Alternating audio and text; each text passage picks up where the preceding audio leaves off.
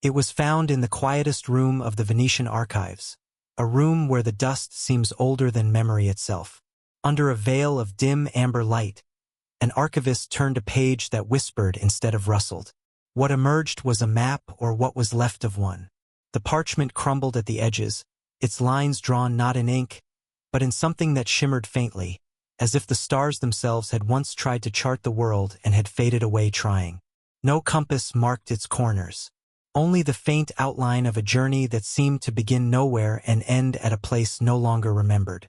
Outside, the canals slept under a silver moon. Gondolas drifted without song. The air was the color of forgetting. In that silence, one could almost hear the echo of a traveler's breath. Someone who had once followed this very map when the world was still half myth, half possibility. And so, we follow too. Marco Polo's name appears not on the parchment but between its breaths, as though the map itself remembers him. In his youth, he left the safety of Venice not seeking conquest, but wonder. His caravan wound through lands that shimmered like mirages. Persia, Bactria, the steppes where night fell like ink. He moved as one moves through a dream that cannot be fully recalled upon waking. The deserts opened like oceans of silence, dunes shaped by the wind's slow memory. There were no roads, only the faint scars of those who had once dared to wander before him. Each evening, as the sun dissolved into smoke, the travelers lit small lamps, beads of fire across the vast plain. In that golden hush, Marco would unroll his map. He traced it with his eyes, not his fingers, afraid that touch might erase what little light remained. He said it changed as he traveled, new mountains appearing, old paths fading, as though the map were alive, breathing, listening to his doubts. Perhaps it was. For every traveler carries his own geography inside him. Landscapes of fear, valleys of faith, oceans of yearning. Beyond the sands, he reached the cities whispered of in the west, Samarkand, Kashgar, Xanadu.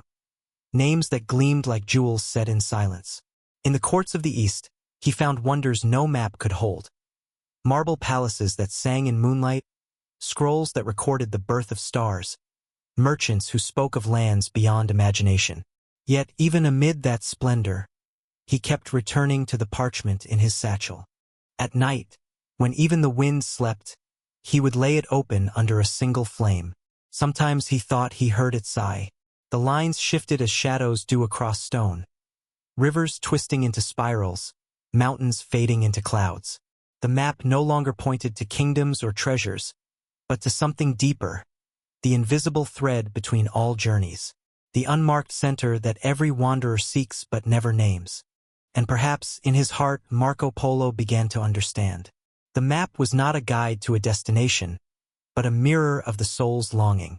Each time he followed one of its lines, it led him not outward, but inward, into the vast terrain of wonder that exists between knowledge and faith. He wrote of strange beasts and endless roads, of emperors who ruled from cities of gold. But between those words, one can still feel what he truly sought. Not power, but presence. The stillness that lies at the edge of knowing. Years later, when he returned to Venice, the world called him an explorer. But he never spoke of the map again. Some say he lost it at sea. Others believe he burned it, not out of despair, but reverence. For how could he keep something that refused to be possessed? In his final days, when asked if his stories were true, he smiled faintly and said, "I have not told half of what I saw." Perhaps he meant that what he saw could never be spoken, only felt, like the faint warmth left by a candle long after it's gone out. Tonight, as you listen, imagine the map spread before you once more. Its edges curling like ancient leaves, its markings faint but breathing. The light from your room flickers softly against it, and for a moment you sense the path it offers. Not one of direction, but of surrender. A road that leads into the hush of your own thoughts, into the desert of sleep where all names are forgotten, and only silence remains. The map folds itself now, slowly, reverently, as if tucking its secrets away. The parchment exhales one last shimmer, and then the room grows dim.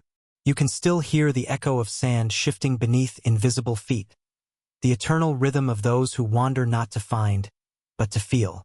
So rest now, traveler. The stars have kept your course. The horizon has folded itself around you. Let the sound of distant water cradle your mind, and the whisper of wind carry your name gently into the dark. The explorers have returned to silence, but their silence is not empty. It is vast, patient, infinite. It is the same silence that waits within you, a sea unending and awake. Sleep within it, drift through it, and if you dream tonight of deserts, of stars, of forgotten maps unfolding beneath your hands, know that you have not left the journey. You have simply become part of it. Perhaps it was never meant to be found. Perhaps every journey, across land, across time, across the fragile terrain of our own hearts, is only meant to lead us here, to this quiet moment, to this breath, to this shadow where we finally rest. And somewhere, far beyond the edge of the known world, a single footprint waits beneath the stars, still glowing faintly with the light of a traveler who once dreamed the earth into being, and walked until the dream became real.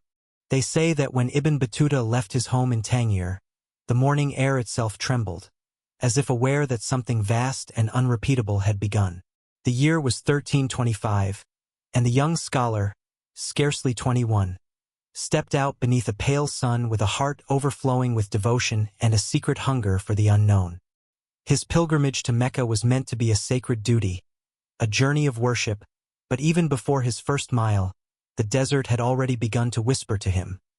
Not with words, but with the slow rhythm of eternity. The dunes stretched like sleeping giants, golden and endless, their curves shimmering with the memory of prophets and wanderers.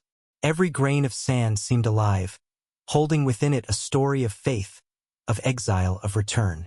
As he walked, the horizon receded gently, as though inviting him onward into a geography that existed both outside and within. Each step deepened his silence, and every silence deepened his faith. The wind carried faint hymns from distant caravans, the smell of myrrh and dust, the glimmer of stars not yet risen. At night, the desert became a sea, the constellations scattered like lanterns upon the black tide of heaven. Lying awake, Ibn Battuta traced invisible paths between the stars, imagining that somewhere among them, the map of his destiny had already been drawn. He passed through Cairo, a city that breathed knowledge and prayer, through Damascus, whose minarets pierced the clouds like arrows of light, through Baghdad, still echoing the ghosts of scholars who had once measured the movement of the moon. In each place, he collected not objects, but impressions. The quiet dignity of an old man teaching children beneath a fig tree, the fragrance of bread rising in a courtyard at dawn, the soft hum of a market where voices blended like instruments of a single divine orchestra. To those who asked where he was headed, he always smiled faintly and said, "Everywhere that God allows my feet to rest." And so the journey stretched on, not like a line but like a spiral, always returning, always deepening. When he finally reached Mecca, the holy city shimmered like a mirage made of prayer and breath. The sound of thousands circling the Kaaba was like the heartbeat of the earth itself, a pulse that connected all who walked upon it. In that circle, he felt the illusion of separateness dissolve. He realized that pilgrimage was not movement through space, but surrender through soul, that the road to God was not paved with distance but with devotion. When the final prayer ended and the crowd dispersed like waves returning to the sea, Ibn Battuta did not stop.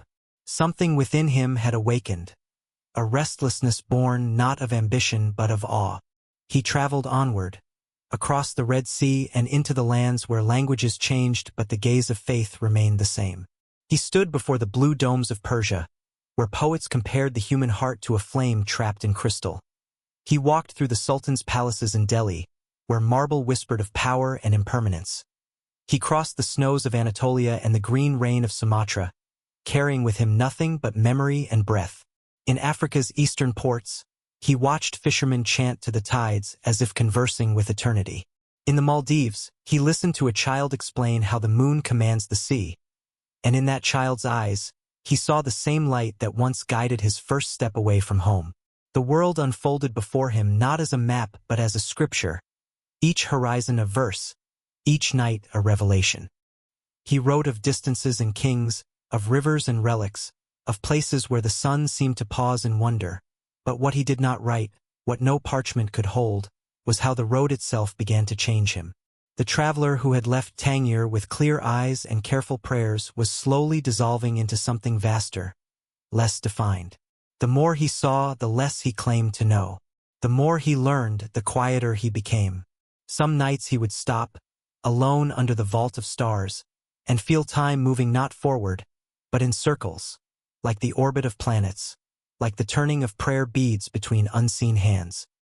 He began to sense that the divine was not waiting at the journey's end, but walking beside him in every grain of sand, in every breath drawn between exhaustion and wonder. He found that faith was not a destination but a motion, a tide within the soul, rising and falling, guiding him onward even when he no longer sought to arrive. One twilight, after years of roads and revelations, he stood at the edge of a valley where the sky was cracked open by lightning, and the air smelled of rain and dust.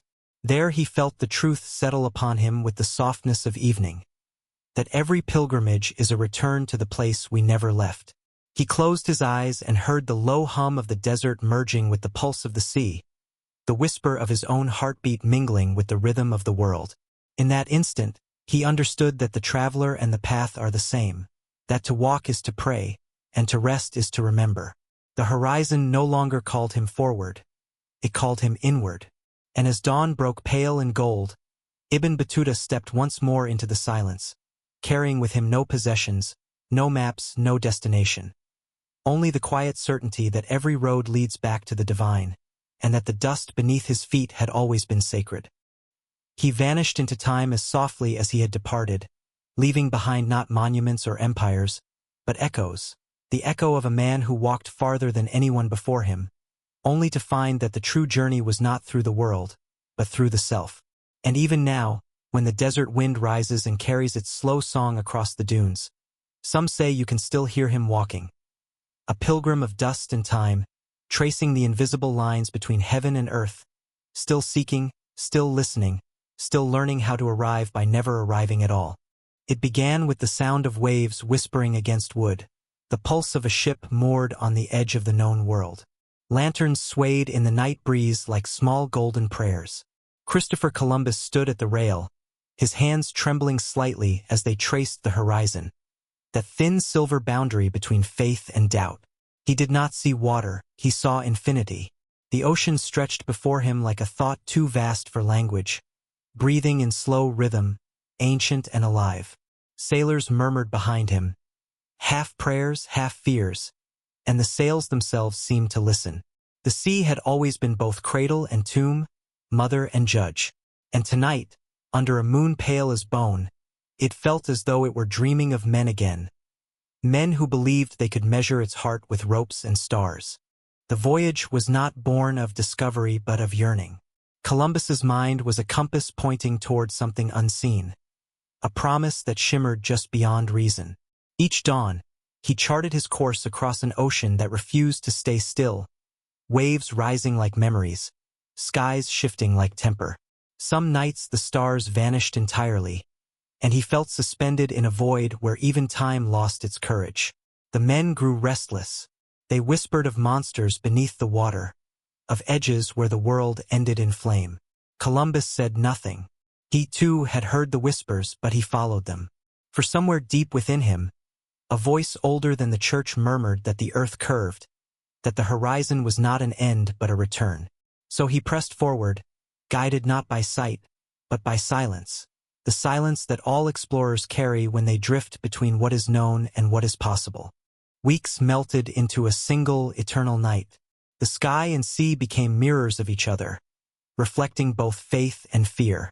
On one such night, as the ship creaked like an old hymn, Columbus dreamed that the ocean opened an eye. He saw in that vision the memory of creation, waters forming the first reflection of heaven, waves shaped by divine breath. When he awoke, the dawn was red. Land appeared on the horizon like the shadow of an idea finally remembered. The crew cried out, bells rang, prayers rose. But Columbus did not shout.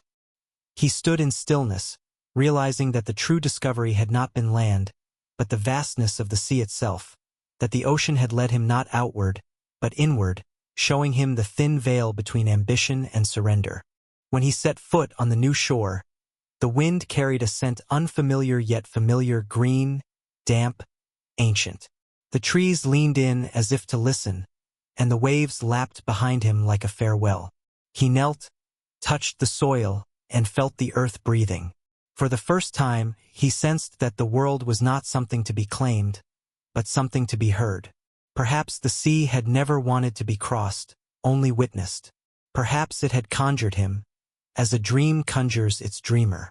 That night, under foreign stars, the waves whispered again, but softer now. Not as challenge, but as benediction. And in that sound, endless and deep, Columbus heard what all travelers eventually learn: that every discovery is a mirror, every voyage a prayer, and that the ocean never truly yields its secrets. It only allows us, for a moment, to drift within its dream. In a dimly lit study in Florence, a single candle flickered beside a sheet of parchment, the kind of fragile light that seems to waver with thought itself. The year was 1502.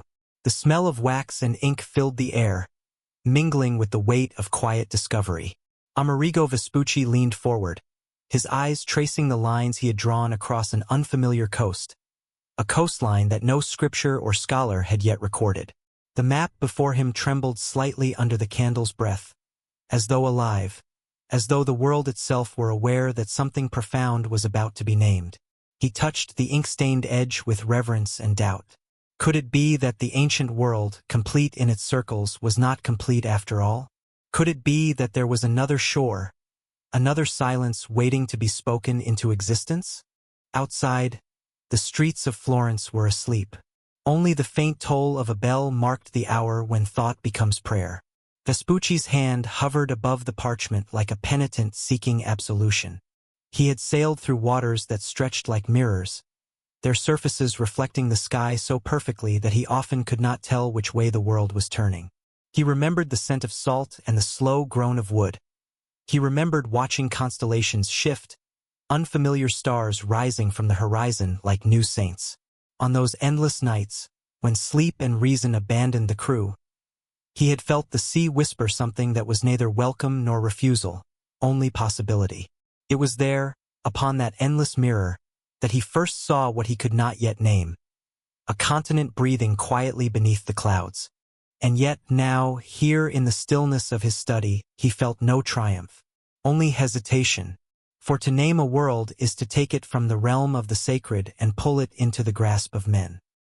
He remembered the faces of the people he had met along those distant coasts, their songs, their silence, the rhythm of their speech that sounded more like the wind than language.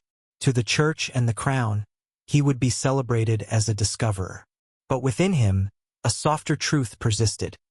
Perhaps the world had always existed, and it was he who had finally been found. The more he stared at the lines on the page, the more they seemed to stare back. The ink gleamed faintly, like the sheen of morning dew on untouched soil, and he wondered if this, too, was a kind of trespass, to translate wonder into words. When the news spread that mapmakers had begun inscribing the name America onto their charts, Vespucci did not celebrate. He withdrew further into silence. To see his own name stretched across oceans felt less like immortality and more like confession. He had wanted to reveal a mystery, not to possess it. Yet the world, eager for symbols, demanded an author, a name to anchor the infinite.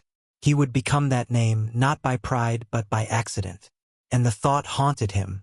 There were nights when he dreamed of the waves turning ink black, of the parchment dissolving beneath his touch, of the sea reclaiming all it had given. In those dreams, the letters of his name drifted apart and sank like ships into the dark. As the candle burned low, Vespucci lifted his gaze toward the open window. The sky above was the color of faded parchment, the stars arranged like forgotten punctuation. Somewhere, unseen, the ocean still breathed, its vast lungs inhaling centuries, exhaling memory. He thought of how fragile a name truly is, a word born from breath, destined to vanish in it. Perhaps discovery was never meant to be about ownership or glory, but about reflection, the meeting of two unknowns, one human, one eternal. The mirror had shown him a new world, yes, but also the reflection of his own smallness within it. He smiled faintly, a gesture of surrender rather than victory, and whispered into the silence, "May the world forgive its name." The candlelight shivered, and the room dimmed. The parchment, still damp with ink, seemed to pulse once, like a living heart, before falling still. Outside, the first light of dawn spread across the sleeping city, golden, tender, infinite.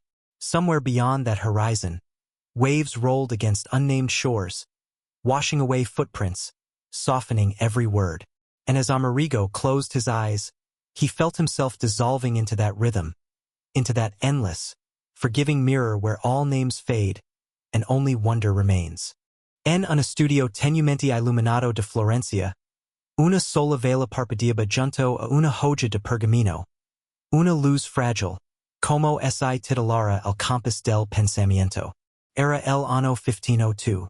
El olía acera y tinta, mezclado con el peso de un descubrimiento silencioso.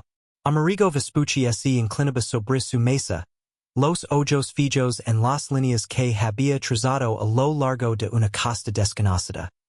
Una línea que ningún erudito ni sacerdote había registrado antes. El mapa temblaba levemente bajo el aliento de la llama, como si estuviera vivo, como si el propio mundo presentiera que algo sagrado estaba a punto de ser nombrado. Tocó el borde manchado de tinta con una mezcla de reverencia y duda. Si el antiguo mundo, completo en sus círculos, no estaba completo? Si existía otra orilla, otro silencio esperando ser pronunciado. Fuera, las calles dormían. Solo el levanto de una campana marcaba la hora en que el pensamiento se vuelve oración. La mano de Vespucci flotaba sobre el pergamino como la de un penitente en busca de perdón. Había navegado mares que parecían espejos, reflejando el cielo tan perfectamente que a veces no sabía en qué dirección giraba el mundo. Recordaba el olor de la sal, el crujido lento de la madera, las constellaciones extrañas que ascendían del horizonte como nuevos santos. En aquellas noches sin fin, cuando el sueño y la razón abandonaban a la tripulación, había sentido al mar susurrar algo que no era promesa ni amenaza, solo posibilidad. Ali, sobre ese espejo sin límite, vio por primera vez lo que aún no podía nombrar. Un continente respirando bajo las nubes. Pero en la quietud de su estudio no sentía triunfo, sino inquietud. Porque nombrar un mundo es arrancarlo del misterio y entregarlo a los hombres. Recordó los rostros de las personas que había conocido en aquellas costas lejanas. Sus cantos, sus silencios. La cadencia de su idioma que sonaba más el viento que a palabras. Para la iglesia y la corona sería un descubridor. Pero dentro de él persistía otra verdad más suave. Tal vez el mundo siempre había existido, y era el quien finalmente había sido holado. Cuanto más observaba las líneas del mapa, más parecían observarlo a él. La tinta relucía débilmente, como el rocío sobre la tierra virgen. Y pensó que quizás eso también era una falta. Convertir el asombro en escritura. Cuando la noticia se extendió de que los cartógrafos comenzaban a escribir América en sus mapas, Vespucci no celebró. Se retiró aún más en su silencio. Ver su nombre extendido sobre los océanos le resultó menos una gloria que una confesión. Había corrido revelar un misterio, no poseerlo. Pero el mundo, hambriento de símbolos, exigía un nombre para anclar lo infinito. Se convirtió en ese nombre, no por orgullo, sino por azar. Y la idea lo perseguía. A veces sonaba con las olas volviéndose negras como tinta, con el pergamino disolviéndose bajo sus dedos, con el mar reclamando todo lo que había entregado. En esos sueños, las letras de su nombre se deshaían y se hundían lentamente, como barcos en la oscuridad. A medida que la vela se consumía, Levanto la vista hacia la ventana abierta. El cielo era del color del pergamino antiguo. Las estrellas se alineaban como signos olvidados. En algún lugar, invisible, el océano seguía respirando. Sus vastos pulmones inhalando siglos y exhalando memoria. Penso en lo frágil que es un nombre. Una palabra nacida del aliento, destinada a morir en él.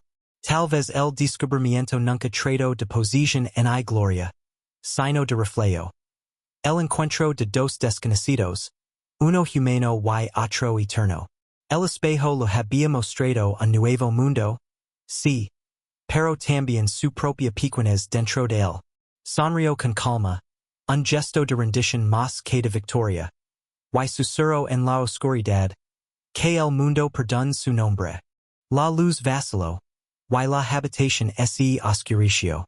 El pergamino, un humido de tinta, pareció latir una vez, como un corazón vivo, antes de quedarse inmóvil. Afuera, la primera luz del amanecer se extendía sobre la ciudad dormida. Dorada, tierna, infinita. Más allá del horizonte, las olas golpeaban costas sin nombre, barrando huellas, suavizando palabras. Y cuando Amerigo cerró los ojos, sintió que se disolvía en ese ritmo. En ese espejo eterno donde todos los nombres se desvanecen, y solo el asombro permanece. The sea was an empire of silence long before men learned to name it. In the 15th century, when the world was still half hidden behind rumor and tide, a fleet set out from Lisbon under a sky trembling with salt and prophecy. Vasco da Gama stood at the prow of his ship, his cloak lifting softly in the wind, eyes fixed on the invisible line where the Atlantic turned from blue to myth. The ship itself seemed to breathe, timbers creaking, ropes sighing, sails swollen with prayer. Beneath him, the ocean glittered like a cathedral floor made of glass, and every wave rose as if to whisper its own gospel. He did not seek gold nor glory in those first hours. He sought a passage, a thread between two halves of a divided world, a meeting of waters foretold by monks and stars alike. Nights at sea were endless tapestries of silver.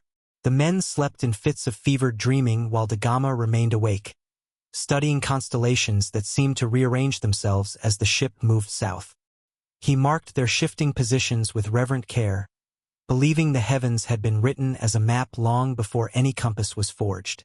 The crew murmured of omens, birds that flew backward, fish that glowed like candles beneath the hull, a red moon that refused to set. When storms came, they did not roar but hummed, like organs deep beneath the surface, as though the ocean itself were speaking in a language older than words. And in that sound, da Gama felt both dread and devotion, for the sea was not an enemy, but a god testing his resolve. At last, the winds changed, carrying the smell of spices and unfamiliar soil. The coast of India shimmered ahead, its harbors faint as lanterns seen through mist. The men fell silent, their hearts caught between triumph and disbelief. When da Gama stepped ashore, he found a world of color and incense. Markets humming like beehives, temples carved with figures that seemed to breathe, air heavy with the perfume of cinnamon and sandalwood. Yet beneath that beauty, he sensed an older pulse, the rhythm of trade that had bound continents together long before Europe's hunger for dominion. He watched the merchants weigh salt like gold, watched children trace stars with their fingers in the sand, and understood that the connection he sought had always existed. He had only followed its echo. That night, as the fleet anchored in calm waters, he stood alone on deck. The horizon glowed with embers of sunset, and the sea exhaled softly, as if relieved to have revealed another fragment of itself. He thought of Lisbon, of the narrow alleys where sailors prayed before departure, of mothers lighting candles for sons swallowed by waves, and realized that discovery was a kind of circle, not a line. Every journey outward is a return inward. Every horizon crossed only leads one back to the question of why one sailed at all. The constellations above him burned steady and indifferent, their patterns eternal. Between those distant fires and the slow rhythm of the tide, he felt time dissolve. He closed his eyes, hearing the whisper of water against wood, the heartbeat of the world pulsing beneath the keel. In that moment, he understood that the true kingdom he had found was not made of land or power, but of wonder itself. A realm built of salt and stars, of questions too sacred to answer. The ocean had not surrendered its secret. It had simply allowed him to glimpse its reflection. And as the moon rose, turning the waves to silver glass, Da Gama bowed his head in silence, a sailor made small by the immensity he had dared to follow. Perhaps every explorer, in the end, seeks not to reach the unknown but to remember it, that ancient shimmer at the heart of existence where sky and sea are one. When dawn came, it found the ships drifting peacefully, their masts etched against a paling sky, and the water beneath them breathing like a sleeping god. The voyage had ended, yet its echo continued, not in the charts or the trade routes, but in the quiet certainty that the world, vast and luminous, had always been waiting to be seen. They called it the journey beyond the sun, a voyage into the curve of creation itself. Ferdinand Magellan stood at the deck's edge, where wind and water merged in perpetual argument. It was 1519, and the world still whispered of monsters at its margins. He believed otherwise. He believed that if one sailed far enough, faith would become geography, and the unknown would reveal its quiet face. The ocean before him looked less like distance and more like eternity. Vast, circular, without promise of return. His fleet, small and trembling, drifted westward into a silence so complete that even prayer seemed to vanish in the air. The horizon shimmered like the breath of God, and Magellan, in his heart, carried the stubborn conviction that the world was not infinite chaos, but infinite design. The days bled into each other. Men dreamed of land the way dying men dream of water. The sea around them changed colors, cobalt at dawn, green as old glass by noon, black at night like the surface of an unblinking eye. Storms rose without warning, not as violence but as judgment, as though the ocean itself were testing their resolve. When calm returned, it was heavier than noise, the kind of silence that pressed against the chest. Magellan would study the sky in those hours, charting constellations that bent toward the west, certain that somewhere beyond that glowing edge lay the seam of the world. He believed that the earth curved not to conceal its mysteries, but to invite the faithful to follow. Weeks turned to months. The men, half ghosts now, whispered of rebellion. They spoke of turning back, of gods angered, of horizons that devoured ships whole. But Magellan pressed forward, his voice a low tide of conviction. He told them that the sea was not a void but a mirror, that it reflected whatever heart a man carried within him. To the fearful it showed monsters, to the faithful passage. When one of his ships was lost to fire, he said only, "The sea remembers what belongs to it." His eyes remained fixed on the setting sun, as though it were a door, not an ending. At last the winds shifted, the water calmed into sheets of silver, and in the distance, land appeared. An archipelago scattered like fragments of dawn. The sailors wept. Some kissed the deck, some prayed, others only stared, hollow with disbelief. They had reached the fabled edge, not where the world fell away, but where it folded upon itself. Here Magellan stood in awe, realizing that the planet was not a map to be conquered, but a circle without beginning or end. Every wave that left his ship's bow eventually returned to it. Every journey forward was a journey home. But the world, though round, was still cruel. On an island whose name meant promise, Magellan fell, not to the sea, but to men. A skirmish among tribes, a spear through the mist, and the explorer who had circled faith itself collapsed beneath a sky of gentle blue. He died not in triumph, but in wonder, gazing toward the horizon that had both guided and deceived him. His men buried nothing, for there was no soil to claim, only water and wind. The fleet sailed on without him, completing the circle he had imagined but would never see. When news of his voyage reached Europe years later, they said he had proven the world round, that he had conquered the impossible. But the sea, which keeps no records, whispered another truth. It whispered that Magellan had not discovered the earth's shape. He had discovered its silence. He had learned that all lines bend, that all edges return to their beginnings, that every voyage is a slow surrender to the infinite. And perhaps, somewhere beneath the waves, his spirit still drifts, not lost but luminous, tracing that same invisible loop between light and darkness, beginning and return. The ocean hums softly in the dark, remembering the man who dared to follow its breath to the very edge of the world, only to find that the edge was never there at all. It began with the echo of drums that no longer existed, a rhythm swallowed by centuries, pulsing faintly beneath the stone heart of Tenochtitlan. Hernán Cortés had arrived where the lakes glimmered like mirrors of heaven, and the mountains stood like guardians of forgotten gods. The year was 1519, the air heavy with the scent of ash and flowers. The city unfolded before him, vast and radiant, a vision suspended between dream and revelation. Causeways stretched across the water like veins of light. Temples rose toward the sun, white and solemn, as though carved by prayer itself. To the men who followed him, it was an empire to be conquered. But to Cortés, for a fleeting moment, it was something else. A secret the earth had kept too long, a reflection of eternity shimmering in human form. As they entered the city, silence walked beside them. The people watched with eyes like polished obsidian, their faces unreadable, their movements ritual and precise. Flowers lined the streets.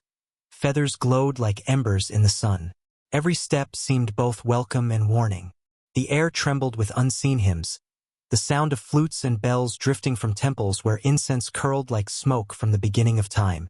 In that strange stillness, Cortés felt the weight of two worlds meeting, not colliding, but hesitating, like two mirrors facing one another. He met Montezuma beneath a canopy of gold and shadows. The emperor's voice was low, his gestures measured, his words translated through layers of reverence and fear. Between them, offerings shimmered, jade, obsidian, cacao, silver shaped like water. Cortés bowed, and for a heartbeat, he felt not as conqueror but as pilgrim.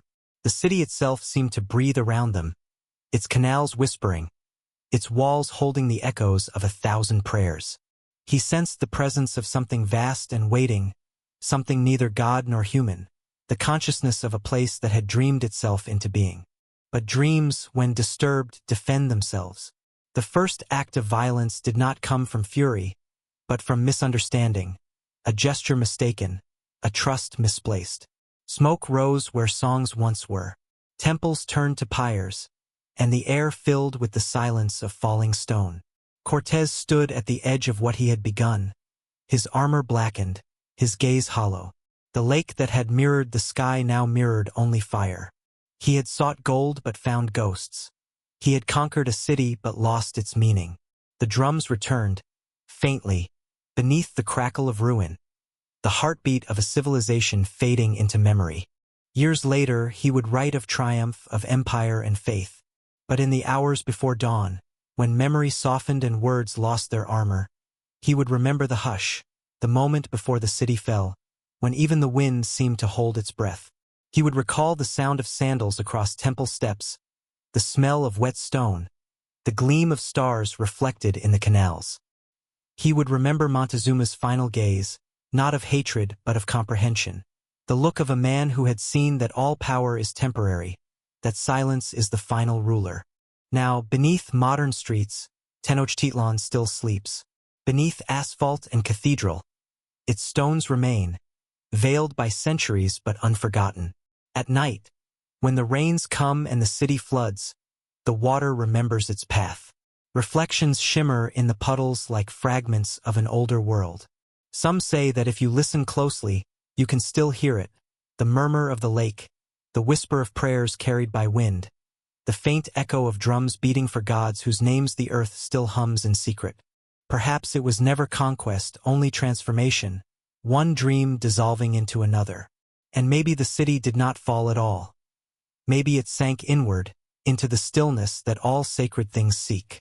The city beneath the flag of silence remains, not buried, but listening. Its heart beats softly underfoot, waiting for a time when we no longer mistake silence for absence. The North Atlantic lay before him like a mirror of smoke, endless, shifting, undecided. The year was 1497, and John Cabot stood at the prow of his ship, the Matthew, staring into a world that refused to reveal itself. The fog was not weather. It was a living thing. It clung to the rigging, breathed upon the sails, and whispered through the planks beneath his feet. The sea and the sky had merged into one gray breath, erasing the line between above and below. His men whispered of curses, of ghosts, of waters that swallowed the sun. But Cabot said nothing. He listened to the creak of the wood, the slow pulse of the tide, the unseen wings of gulls overhead. He knew that every discovery began in blindness, that before one could find, one must first surrender to not knowing. The voyage was small and solitary, not the thunder of empire, but the quiet reach of curiosity. Cabot was no conqueror. He was a listener. The sea spoke to him in riddles, and he answered in silence. Days passed without color. Food grew thin, prayers shorter. The compass needle shivered as if nervous to choose a direction. Each dawn arrived pale and uncertain, the sun rising only to dissolve into vapor. Yet the captain's resolve did not waver. He told his men that the fog was not an obstacle but a veil, and that all sacred truths are veiled. Beneath its silver weight, he felt that the world itself was holding its breath, waiting to see who would continue forward. Then, one morning, the fog began to lift, not suddenly, but as though it were being exhaled by some invisible god. Shapes emerged slowly. Cliffs of black stone, water breaking in foam, the faint green of untouched land. The men cried out, but Cabot remained still. He did not rejoice. He simply watched as the coastline appeared like a secret confessing itself. He felt no triumph, only a deep, wordless humility, the awe of having glimpsed something that had existed long before his arrival and would outlive his name. The air smelled of pine and earth. Waves kissed the shore with a sound older than language. He thought for a moment of home, of Bristol's narrow docks, of his wife watching the sea from her window. He wondered if she too would sense this silence that seemed to stretch between all living things. They went ashore briefly, marking the land with a flag, a ritual the wind erased before sunset. The gulls circled above, indifferent to discovery. Cabot knelt and touched the ground, not to claim it, but to listen. Beneath his palm, the soil was cold and alive, humming with history he could not read.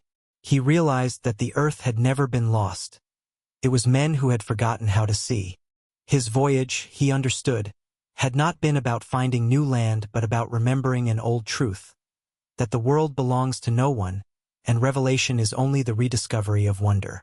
When the fog returned that evening, it came gently, like forgiveness. It folded around the ship and carried them back into the gray, erasing every trace of the shore. Cabot watched the horizon vanish once more, yet felt no fear. The fog, he thought, was the sea's mercy, its way of teaching humility to those who seek its heart. He closed his eyes and felt the ship rocking like a cradle, each movement a lullaby older than time.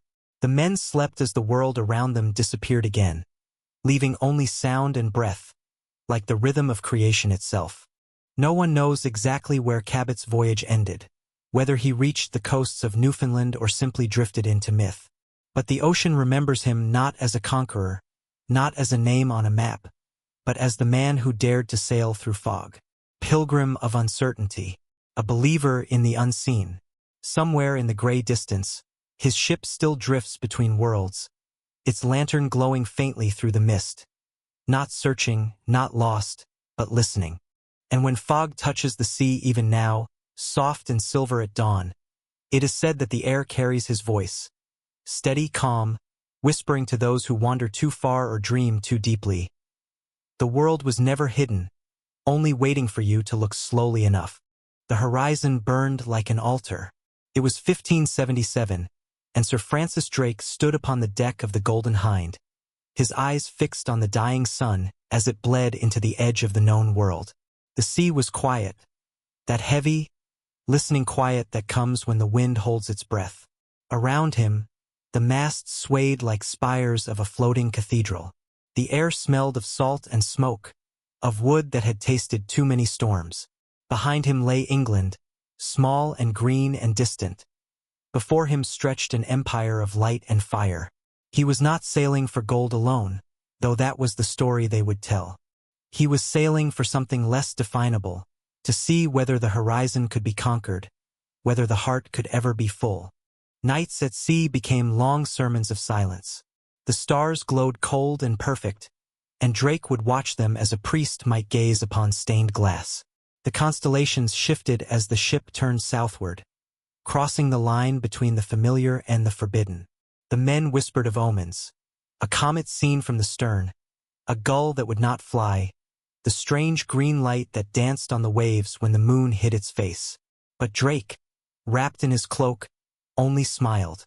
"The sea tests us," he said, "and grants favor to those who listen." Beneath his calm voice lay something deeper than ambition, a hunger to understand the divine order hidden inside chaos. When they reached the coasts of the Americas, the ocean roared with sudden violence. Storms broke like commandments. Thunder rolled through the rigging. The Golden Hind rose and fell like a heartbeat. Yet even in the fury, Drake moved as though chosen, steady and unflinching.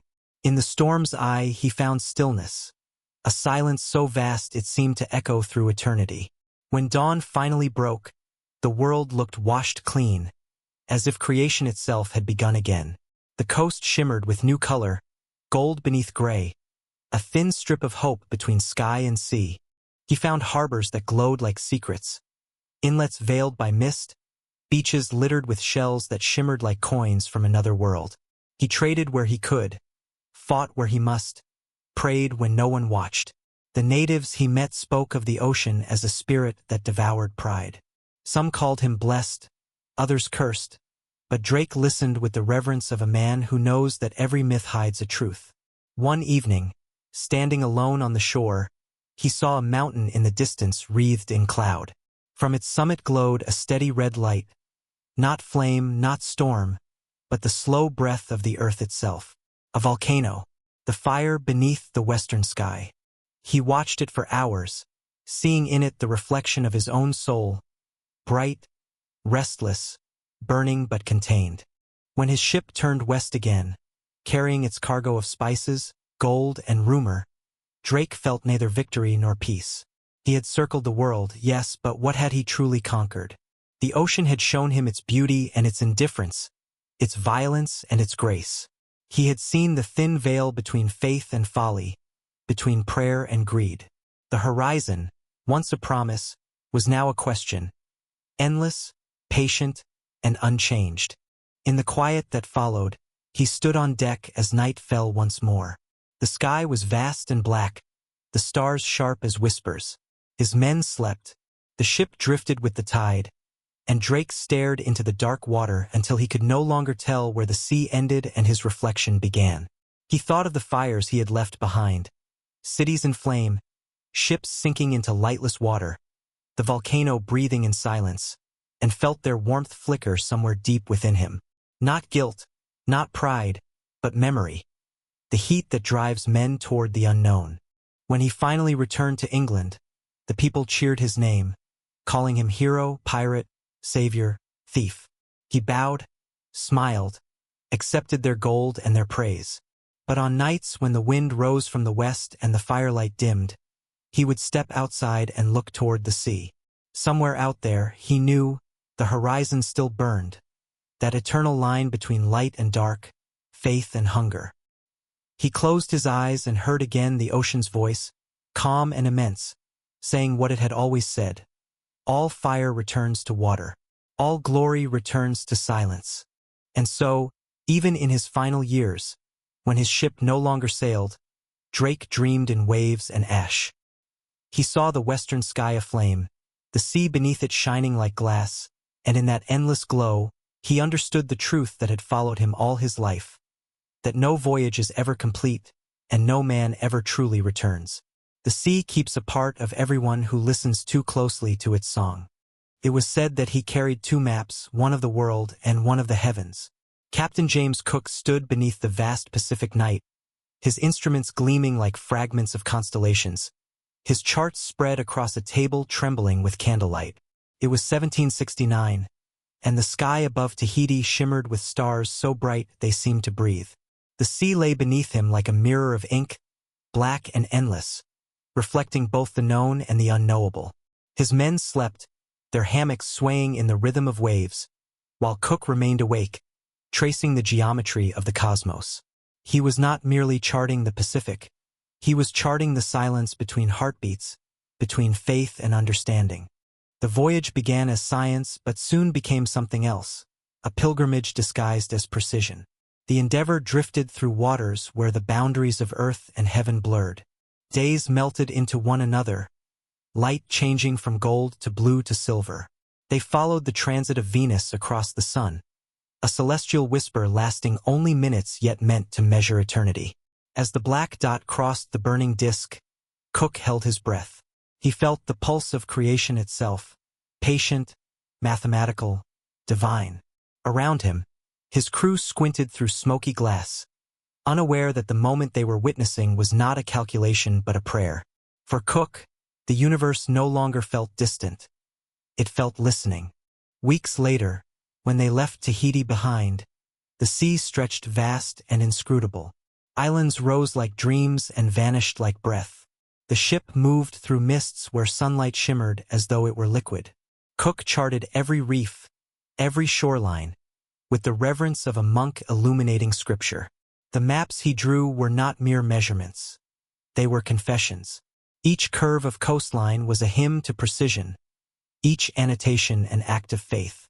Yet beneath the meticulous ink lay something unspoken, the understanding that even perfect knowledge cannot touch the mystery it describes. At night, when the men slept and only the sea kept watch, Cook would step onto the deck and look upward. The Southern Cross glowed faintly, a promise suspended in eternity. He felt both infinite and small. Somewhere within him, a quiet truth took shape, that to map the world was not to control it, but to listen to its pulse. He thought of the scholars of Europe who would one day hold his charts and speak of conquest, of discovery, of dominion, and smiled softly at their illusion. For no man conquers what is infinite. One can only drift across its surface, making brief notes before vanishing into its depth. When storms came, they did not frighten him. The wind howled through the rigging like a choir of angels unbound. Waves rose like mountains, crests foaming with pale fire. Through the chaos, Cook moved with calm precision, steering his ship by the invisible geometry of faith. He did not curse the sea, he spoke to it.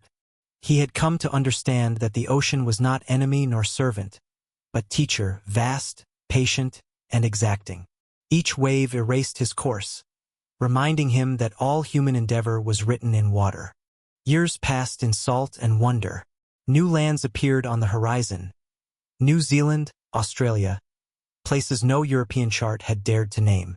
He walked their shores like a man visiting a cathedral built by God himself.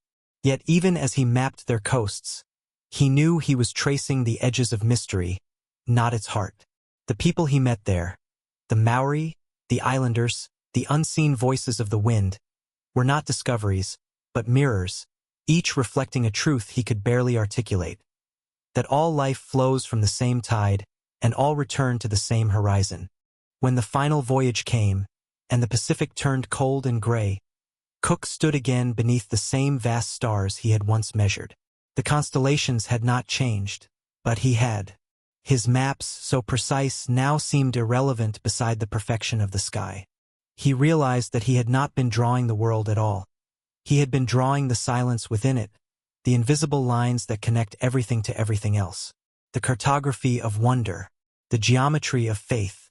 In his last days, he wrote by lantern light, his hands unsteady from years of salt and motion.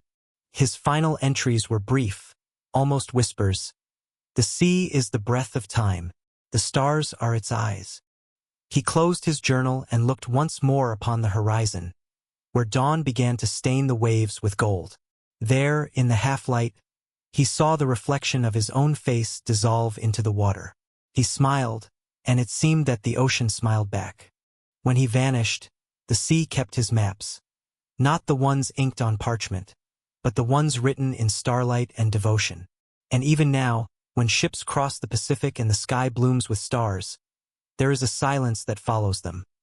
The same stillness Cook once heard, where knowledge and mystery meet, and where the heart, like the sea, is always waiting to be measured again. It began with the sound of a train, a low, rhythmic hum rolling through the veins of the earth. The year was 1889, and the world, like a clock wound too tightly, was trembling with invention. Nellie Bly stood at the platform beneath a sky tinted with smoke and sunrise. In her hand, a small leather bag. In her eyes, an impossible promise.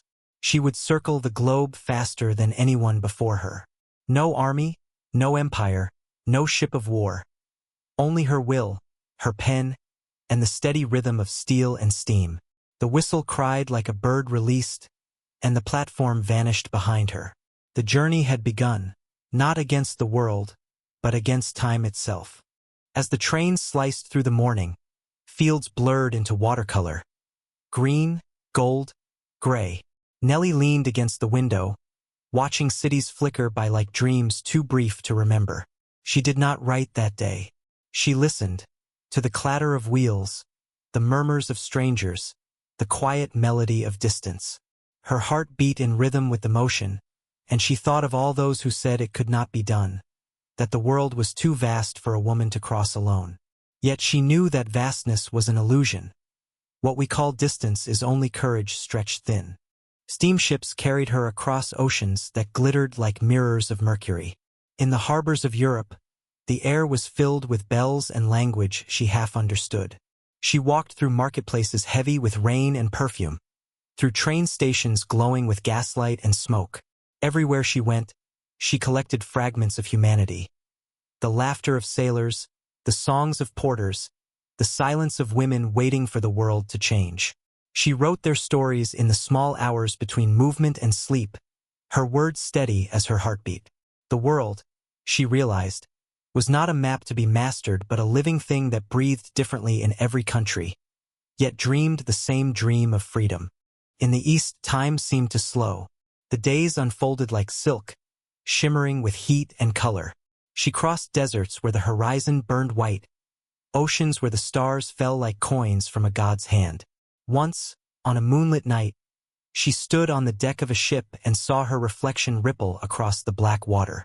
For the first time, she felt that the world was not round at all but infinite, a single endless road where past and future walked hand in hand. She thought of Phileas Fogg, the fictional traveler she had set out to surpass, and smiled. His race had been against a clock. Hers was against doubt. When she reached Hong Kong, the winds shifted. Schedules tangled, tides betrayed their own logic, and for a moment, the dream trembled. Reporters back home predicted her failure. But Nellie Bly had learned something the world had forgotten, that destiny favors those who refuse to stop moving. She waited, not with fear but with patience, as though the earth itself would adjust to her determination. And when the final ship arrived, cutting through the mist like salvation, she boarded it without looking back. Weeks later, America rose again, a continent glittering with frost and noise. Crowds gathered at the station, breath visible in the cold air, cheering as her train thundered through the dawn. She leaned from the window, wind whipping her hair, her eyes shining not with victory but with recognition. For she understood now that the journey had not been about speed. It had been about the stillness one finds in motion, the quiet truth that to keep going is to keep alive. The clock struck as she arrived. 72 days, the record broken. But even as the cheers swelled around her, she felt something deeper, a sacred hush, as if the earth itself had paused for her return. That night, in her room, she opened her notebook and touched the worn pages. Ink smudged by salt air, by rain, by the trembling of engines. She smiled at the thought that the world, for all its immensity, fit within the curve of her hand. She wrote one final line before sleep took her. I did not chase the sun. I only learned how to travel beside it. Outside, the city dimmed. The streets hummed with life.